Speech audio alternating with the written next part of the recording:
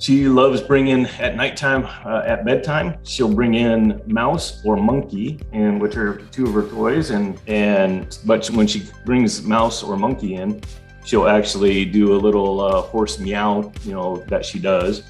And she's letting us know that she's brought mouse or monkey in. And of course we acknowledge her for bringing it in. And then it's playtime. We play for a little while before bedtime.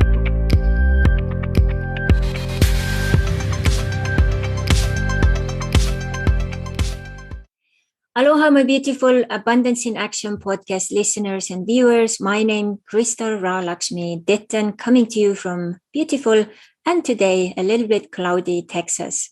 I call myself an amazing relationship coach and wellness coach, and I help people to really start to tap into their own abundance treasure box inside. And once they do it, they can also start to live their dreams on their terms. And today's podcast guest is very, very special, very dear to my heart, my life, my everything. And welcome back, my beautiful, amazing, sexy, smart husband, Michael Ditton. Well, aloha, and thank you very much for that warm welcome. And I'm glad and honored to be here and be part of this. Of course, I have the same mentality you do when it comes to abundance in action and abundance in life and everything we do. So I'm looking forward to seeing where this flows to. Yeah. And I was actually going back in history to see how many episodes we actually have done together, or you have been featured here. And we had episode 1, of course, where we were introducing the whole concept of abundance in action, which actually is going to be now this July will be 2 years since that actually happened. So time to celebrate. Celebrate it is. Yeah. And then second one was use your dreams as a lifeline, where we could hear a little bit more of your life story and some amazing, crazy stories, how you came through very, very deep difficulties in life. Then episode 12, we actually shared our Christmas miracle story, how we met and how that was in Mexico. And then we had episode 33, which you probably even don't remember because I didn't, which was when we were in Miami. And we kind of winged it like, okay, let's do something. And, light was terrible, sound was terrible, everything was terrible, but the message and we ourselves, we were having so much fun. So yeah. And now I was thinking back, before we moved to Texas, we did like weekly lives on Facebook. And then once we got here, we changed a little bit of our direction and we get into all of these things, what has happened since then. But it's long overdue to be, on at the same time so that we can share what has happened. And I think it's really cool, a little update. And I would actually like to start with one really special new beginning we have had in our lives. So wherever we have been moving with Michael, what has happened? Every place we go, some kinds of cats will find us. So whether they have been doing their thing and, someone else around has been feeding them or whatever, there are always some kind of, 1 or 2 cats, usually more than one, who are just hanging around. And when we actually moved to Mexico together, we were not there very long together we were on and off, but in the end part, we were like 5 months or something. And then you took off to Hawaii, and then I was wrapping everything up with the Mexico thing. And we had one cat there. And can you tell us what happened to that cat? Yeah, well, that was Gadita, little cat. And she was little. She was a little tiny thing, kind of like our little Patches that we have now, who's about ready to give birth. Gadita was in the same situation. She was a little teeny thing. She was about ready to give birth. And she was friendly, but I don't think she belonged to anybody. And so she visited us, and we kind of looked after her and let her know that we were good people and we were there for her and everything else. And and we knew she was getting ready. And one day she just disappeared, and she was actually gone for a couple, 3 days. And I was a little bit worried about her. And then I don't remember how long afterwards it was, but I still remember the day where she came from across the street in the bushes somewhere, and she had in her mouth one of her little kitties and one of her kittens. And she brought it over and she put it pretty much on our doorstep. And then she went back across the street and she got the second one and she brought it over and she put it on our doorstep. And from that day forward, she raised those two little kittens right there on our doorstep. And of course, I gave them a very safe, comfortable home because we had dogs in the area and everything else. And we helped her raise those two little kittens to the age that they were able to be, we were able to find a new home for them. And then, of course, we, took care of her and we went down, we had her fixed so that she wouldn't have any more kittens because, she didn't belong to anybody. And we just didn't want little babies keep popping up. So, yeah, she found us. She knew we were safe and she brought them over to raise them there. Yeah, that's really amazing. So, and when we were in Hawaii, we had also on the back area of our house, we had some kitties also like going back and forth, but not that close like connection. I think they also belong to some people, so they kind of mind their own business. But now, once we moved to Texas, what happened here? Late last year, I don't know, October-ish. There'd been October, a cat. November. Yeah, there'd been a cat, that was around and obviously homeless and living in, part of an area that wasn't habited by anybody or anything. And of course, though that was changing, and, we got to showing her love and affection, and she got, kind of used to us. And then as the weather started changing, we invited her in one night, and the next morning I got up and let her out and she took off and she went to potty, and where she was at, I could still see her. And I asked her if she wanted to come back in. And when she was done pottying, she ran right back into the house again. And, so we, got a litter box after that day. And then we started inviting her in and she started using the litter box right away. And before we knew it, she was pretty comfy with us. We were pretty comfy with her, and we took her to the doctor and made sure she had all of her shots and everything. And we didn't know whether she'd been fixed or not. And we didn't, it was that time that cats were in heat, and we just wanted to make sure that we didn't have any babies. So we took her in and got her fixed to make sure that, there was no unexpected babies. And since then we've adopted her, and she has not only moved into our house, but into our hearts. And she's a part of the Ditton family now. Mm-hmm. And maybe we can now have a little moment to feature our amazing cat who is called Missy. So you can go and get her. So who do we have here? This is Aloha, Missy. Yeah, aloha, yeah. Missy. Yeah. So basically, Missy actually, in a way, she adopted us. Yeah, she fell in love with us. We fell in love with her. She knew she had a nice, loving family, and she was comfortable. And it's a two-way street. We love her. She loves us. Yeah. So people who are listening to the podcast, you need to really check out the video version too, because then you can see Missy as well.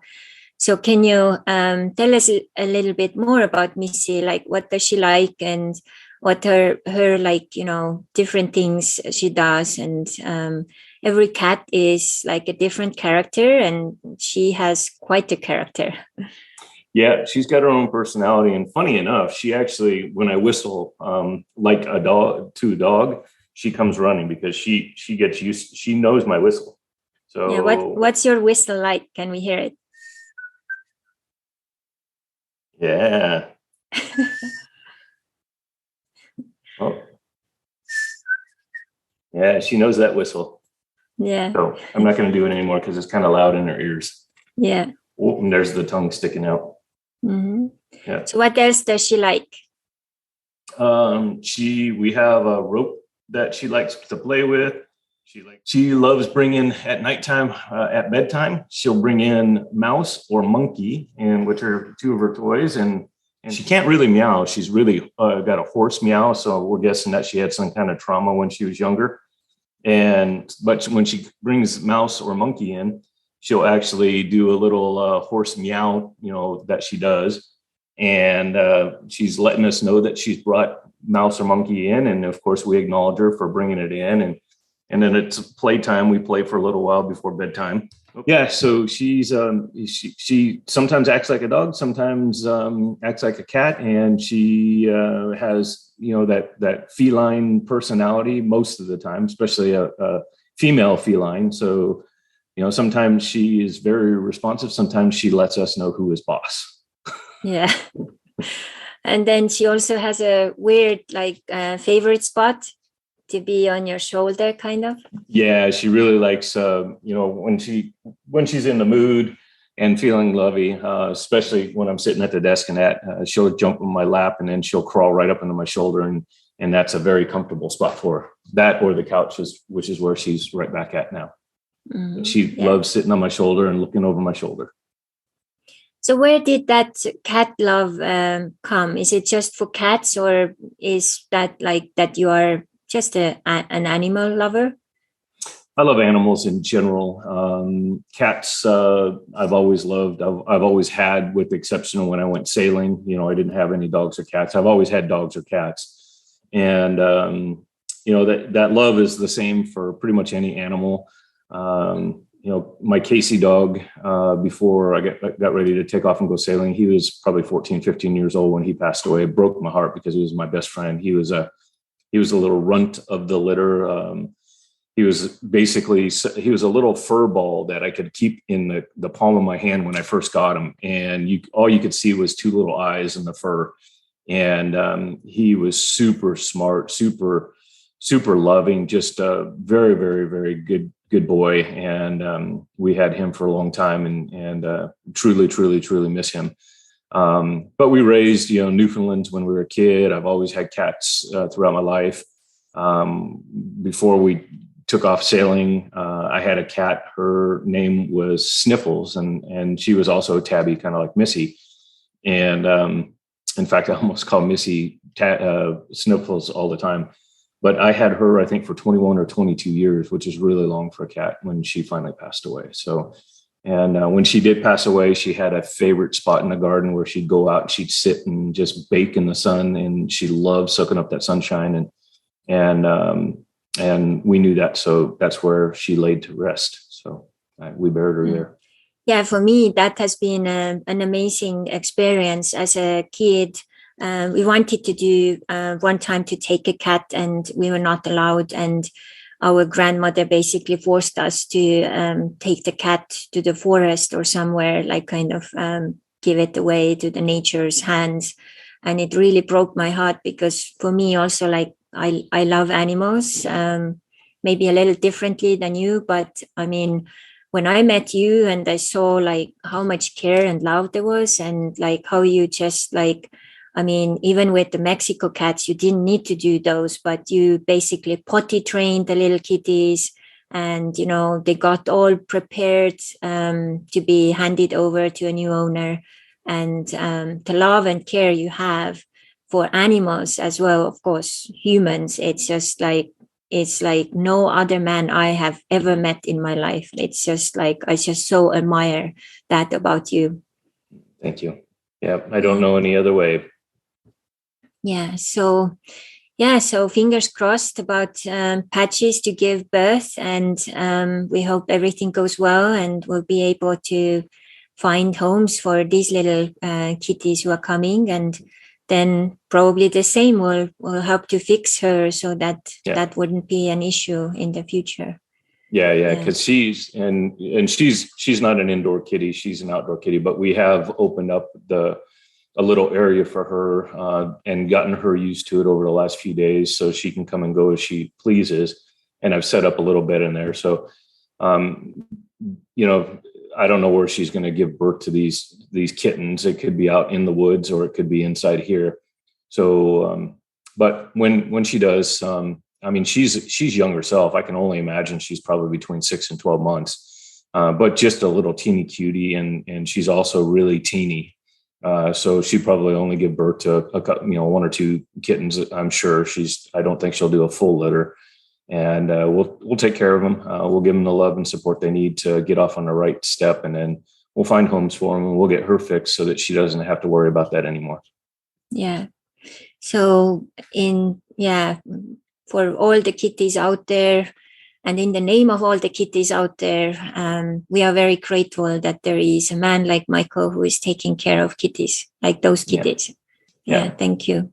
Yeah, I enjoy it. Yeah. So now let's go back in time. Last year, in the beginning of January, we got this crazy idea to basically, as we're starting to look into your new real estate project, to basically maybe even like come and move here. But even before that happened, we were actually in Catalina Island and having our really amazing celebration. We were celebrating, I think, my birthday, your birthday, our anniversary, all of those things together, because it was like a deep COVID time and so on. So we were there, and then I remember you had this amazing call with a man called Mike Wolf, and we met him actually at Brendan Burchard's event, and he just stood out because he always wore these like beautiful, amazing shirts. So we approached him and started to ask. I asked, of course, about the shirts, and then you started to talk and came out that he is into real estate. And because you are that as well, there was an instant connection. And he basically has been volunteering for Brendan for many, many years. And he is one of the wealthiest Canadians probably out there. And we became good friends. He even has been also to our podcast, so you can find that and enjoy. And a dear friend. And then while we were there, he was actually offering you to jump into his mastermind. And let's talk a little bit about that, because that actually started to activate and create a momentum which has taken you today to like levels you wouldn't even like imagine. So why is it important to enroll into masterminds like those? And what was that like decision moment for you? And do you regret that you did it, or are you proud that you did it? Can you say some words about that? Sure. And, just kind of real estate's not something new to me. I've been practicing for over 23, 24 years, but it's still important to stay in touch with what's going on. And of course, I'd taken a pretty extended break with that 12-year vacation, sailing trip and everything else. And coming back to Southern California, we wanted to get back into real estate again. And this opportunity came up with Mike. Originally, it started off as another opportunity, but with COVID, that had changed. And so this program became available after COVID started, which was pretty much all remote versus the other one we would have met in Houston. And I'm very, very grateful for it, because not only did it help get me familiar with what's going on in today's real estate world, but I connected with a group of heart-centered people, Mike and everybody within that group, the other coaches, leaders, and teachers that are in that group. In fact, one of them has become several of them become dear friends, and one of them has become a business partner. So the things that have transpired since that day have truly, I guess you can say, expedited, compressed, springboard, however you want to say it, into where we are today. And not to say that I couldn't have got there, but I certainly wouldn't have got there with the knowledge that I have now, or probably as quick as we have gotten here, because that's only a year and a half ago that I got back into real estate after taking a pretty extensive break. So it truly was a huge benefit to us to get back involved in real estate in a group that teaches, trains, supports a group of like-minded people, a group of heart-centered people. And I jumped in with both feet, and I'm very, very happy that we did do that. Yeah. And also that next year, like basically last year's January, we were both together in a spiritual roundtable with another lady. And an impulse came from there that, look into like, real estate investor coaching and stuff. And then you dove deeper into that. And that's basically also where this new connection with Mike Fritz appeared. And then from there, can you also tell us how this project here in Texas came about? Because people who don't know how those things actually go, or the situation and market right now is pretty challenging to find, those good deals and so on. Can you share a little bit of that background story? Yeah, when Mike Fritz came into the picture, Mike was a coach sharing a 10-week program within Mike Wolf's program. And it was based on multifamily. And I love multifamily. That's how I got started in 1997. I got started as an investor and then became a licensed agent and learned how to do things and taught other people from there. And so this gathering that you were talking about, where it was suggested I get back into real estate investing, my mind at that time, I had rehung my license as an agent with an outfit in San Diego. And as much as I loved real estate, my heart really wasn't into getting back into the residential or retail side of it, even though I was dealing with some great people and great companies and everything.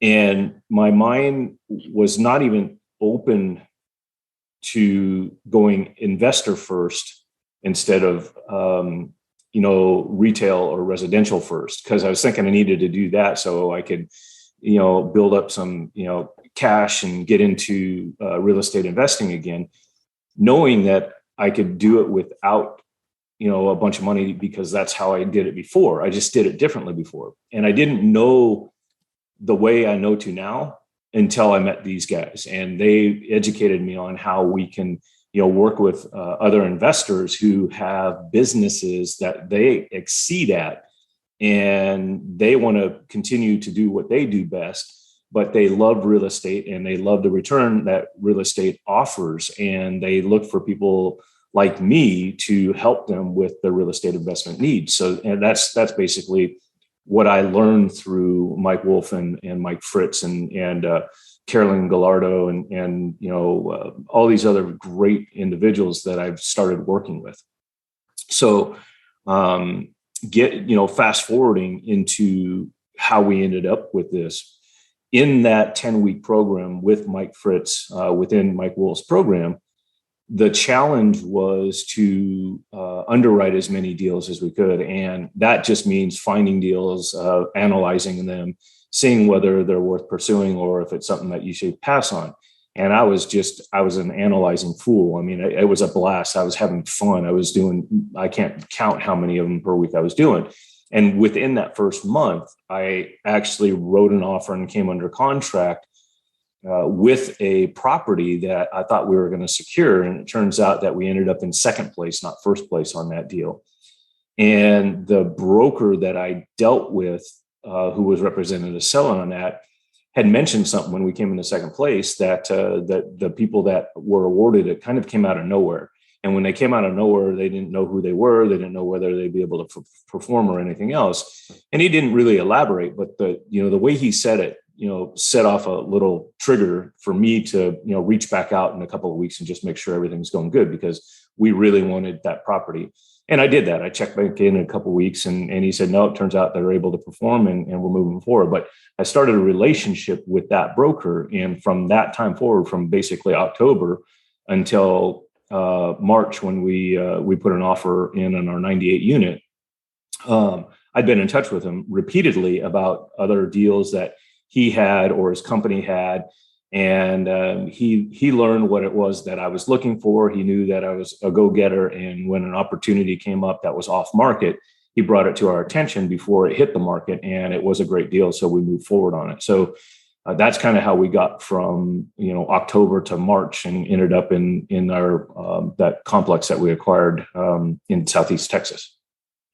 So can you also now elaborate, how did the idea come to actually move to Texas? Because we were in San Diego and we actually moved from Hawaii, where we had lived for a couple of years. We moved to San Diego, first of all, to be on the mainland, to be like closer to everything, to have a little better logistics, because we were so many months away from Hawaii that it was like kind of getting a little bit ridiculous already. And then your dad was in a very critical condition. So we wanted to be closer. He at the time was in Palm Springs. So we did that move. And then we had been there over a year. And can you now also share how that decision came and why did we end up in Texas for a while? Yeah, well, we were spending more time away from Hawaii than we were there. We love Hawaii, and we can't look for, we look forward to the time we can go back. If we were retired, it'd be one thing, but we kept getting pulled away from Hawaii for whatever reason. And the last one was a decision to be closer on mainland so we can do the things that we were doing, be closer to family. And of course, my father was ill. And unfortunately, before we even made it to our new place in San Diego, he passed away. So really, when we got there, the only thing that was keeping us there was family. And, we got to visit family and everything else. And we loved being where we were at. We're 200 steps to the beach and everything else. But it was, it wasn't the spot. And we started talking about, possibilities of some other place. And, those possibilities have evolved, and we're talking about Florida. Florida's next, and that's going to be a great spot for us to be the majority of the year. But we both want a little place in nature too. So our plan and goals and everything are evolving from there. But when the opportunity came up for Texas, it wasn't that we had to move to Texas. It was just a good idea to move to Texas because the property that we purchased had a major renovation that was required. It was part of the reason we're purchasing is what we call a value add. And even though we had teams in place, we hired a solid property manager who could have overseen it. It would have been a little bit more of a demand on them than we would have liked because their property management position is more maintenance, not major renovation on a big project. But they probably could have handled it, but my partner, Mike, and I, we talked about it. You and I talked about it, and it was best if we were here to help kind of oversee that. And while we're here, we could look at other opportunities as well. So that was kind of the deciding factor to get us here, just so we could be closer to the project while that renovation was going on, and look for other opportunities where we're out here as a stepping stone to get us where we really want to be later this year, which is going to be in Florida. Yeah. And then also, as you know, all of this was happening in the deep COVID time. There were also lots of things, kind of happened a little differently. So here again, we can come back to this theory of the need of like readjustment and sometimes even tacking and so on. So the original plan with those 8 units was like to get this done within how long time? Well, we figured, we closed on it the last of June, 1st of July, and we figured by the end of the year, we should have it pretty well wrapped up.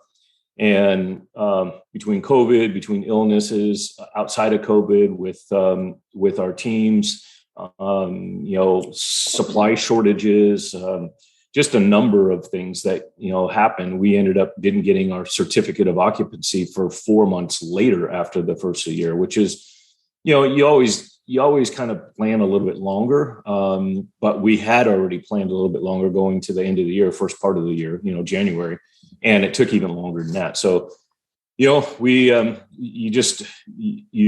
there's nothing you can do about it other than make sure everything's going the best that you can and adapt or adjust or tack, sailing term, because you have to do what you have to do to get the results. And we did what we had to do, and we got the results. We now have our certificate. We've got those units just about filled up, and we're in the next phase of the project, which is an important phase, as important as the renovation, and we'll be fully stabilized on this project here in the near future. So it's all working as it's supposed to. It just took a little bit longer. Yeah. And that's also being patient, and it's such a, like, I on the sidelines, I just really admire all this, like, backstage stuff, what's going on. I have never ever like experienced something so big. And if I remember correct, it's also one of your biggest projects so far, also with real estate, right? Yeah, 98 units, and with a major renovation, collectively, it's more than I did collectively over several years early in my real estate career. So it is a big project. But, again, back when I first started in the, late 90s, I didn't have the team. I was the team, but I was also a lot younger, and I was full of it and able to do it, and didn't have a problem doing it. But you kind of get to a point where you can't leverage anymore. You can't do any more than what you can do on your own. So one of the things I've learned since, tapping in with Mike Wolf, Mike Fritz, and everything else, how to leverage my time is to have the good teams in motion: the property managers, the insurance companies, the contractors, the legal, the title and escrow, and everybody they're your team, but they're also they're your partners in this deal. And because of that, you're able to do more, bigger projects, more projects. And, we're working on a few others right now because we're able to do that. We're able to leverage our time because we have great teams in place. And that's so important in order to really scale. That's one of the things, to be able to delegate, to be able to trust, to be able to have those other people to step in and do their part so that you can focus on your thing. And I just, the other day, we just sat down and I needed your help with setting up a little budget for my next Estonia retreat. And with 20 minutes, you had done it. Like, it was just like nothing. It's just such a talent, all the stuff with numbers, and like even some of the words you are saying, I have no idea what those mean, but it's like, it's amazing how this is your talent. And to see that once you really, find those different, like, possibilities to express it, like it's like different channels or different opportunities, how you really start to shine, because this is obviously one of those amazing talents you have in your abundance treasure box, which you pulled out, and it's now not only serving us but also our partners and our investors in the group as well. All of these 98 units here, like all of these people's lives actually are going to be better because there are so many things which we have now improved, right?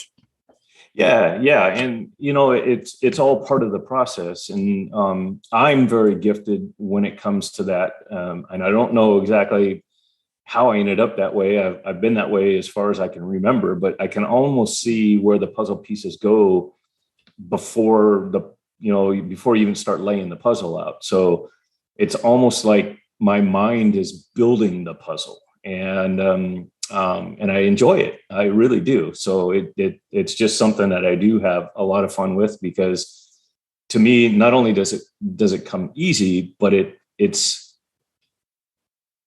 not, sometimes it's nice to have a challenge, but to see something and be able to make it work just effortlessly, and to see the rewards and results and the pleasure and everything that it can bring. It's very rewarding. Yeah, it is indeed. So it's one of the biggest blisses you can have, I think, in the human body, that you are doing what you love, you are serving others and making a difference, and then also making money with it. Yeah, because I look at it this way: the better off that you and I are is beneficial to all those around us because we're able to do more for others as well. So it allows us to serve at a different level because this is a form of service. You mentioned people being better because of the things that are happening here because we believe, my partners and I believe in that level of service. And by providing the things that we do, yes, it is good for our investors. Yes, it is good for the tenants that live here. We want a nice, safe, happy community. We want it to be profitable. We want all that. So when you have the ability to do that with less constraints or restrictions or what have you, that just means that's another form of leverage. It allows you to go out and reach more people and do more things for more. So I'm very grateful for that. And I'm looking forward to the growth over the next 2 to 5 years so that we can help as many people as we can before I'm ready to sit back and relax a little bit, because that's also part of my plan. I'm no spring chicken anymore, even though I act like it. And one of these days, I'm just going to want to kick back, relax, and enjoy a little bit. Yeah. So in the future now, let's say someone has like around 98 units, wants to sell it. Should they turn to you, or what's lying in the future for you? With what kind of projects are you looking for? Yeah, whether it's 98 units or 2 units, anything to me, anything that makes sense. I'm happy to look at and evaluate. And even if it's not something for us, I might know somebody, because I've been blessed with tapping into some pretty big circles with people that are always looking for opportunities. And everybody has a different perspective on how things should look and how they work for them. So what might not be perfect for me and us and our investors and that might be great for somebody else. So I never discount anything. If I'm not ready to move on it, I share it within those circles. And normally we can find somebody that is interested in it. So if somebody's looking to, sell something, whether it's, 1 or 100 or, whatever it might be, happy to take a look at it. And then of course, to continue to work with investors who, we've got a lot of working professionals that love what they do and they're really good at it. That is their passion. That is their life, mission and their true calling. But they don't want their money just sitting around not doing anything for them. So they want to be able to know somebody, and somebody they know, like, and trust, who can help them look for these opportunities and be part of these opportunities without it being a full-time job for them. And that's kind of where we come in. And then we also have ones that are like hybrids. They want to have their fingers in the pie just a little bit, but they still, at this point, don't want to be, full in like we are. But they'd like to know a little bit more about it. So those opportunities, we provide those opportunities as well.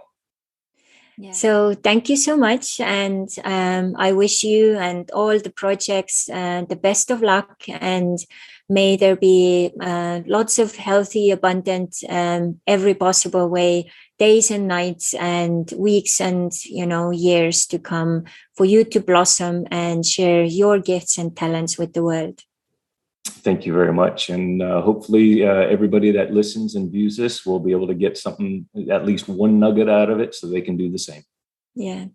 So now recently you have also created your own podcast and also other businesses and stuff. So if people are interested to get in personal connection and contact with you, or ask about, where to move forward with their investing projects and stuff, where can they reach you and where can they find you? Best and easiest would be, just email michaelditton@yahoo.com. But you can look at me. Facebook is my most popular spot, and I am Michael Ditton on Facebook, or my company, Helios Capital Investments. The podcast is it's a little lengthy, but it's if you find me, you'll find the podcast, because it really has to do with multifamily, my real estate part of it. But make sure that even if you're not interested in real estate, you look it up, because we have great people on there that aren't always real estate related, but they're doing what they love. And this is part of what we share as well. So deal or no deal, multifamily real estate investing, but it's not just real estate. Yeah, deal or no deal. And then deal or no deal, multifamily real estate investing. Yeah, very cool. And the same with our Abundance in Action, always more inspiration, always more tips and tools, how to activate your abundance and bring it into action. And for all of our listeners and viewers, as always, please like, share, and comment. And when you're listening to our podcast on Podbean, also click that download button, because that will increase the numbers. And our Abundance in Action podcast is about to get to 1,000 downloads, which, like, doing it organically, how we have done for the 2 past years, has been really amazing. And we are very grateful for each one of you listening and enriching your life with all of these beautiful guests and tips and tools we share here. Absolutely. Yeah. So thank you and all the best. And till the next time, aloha. Aloha. Thank you for listening and watching this episode with this amazing podcast guest today. And because it was so exciting and we were talking longer, we are actually going to divide it into 2 episodes. So please be ready when the next one will come up, and enjoy as always. And as always, to support our podcast, one way to do it is to like, share, comment, and also go and write a review to our Facebook page. When you put in Abundance in Action podcast, it will pop up. And also you can go to iTunes and do the same. Thank you so much. Have a beautiful aloha time. Till the next time.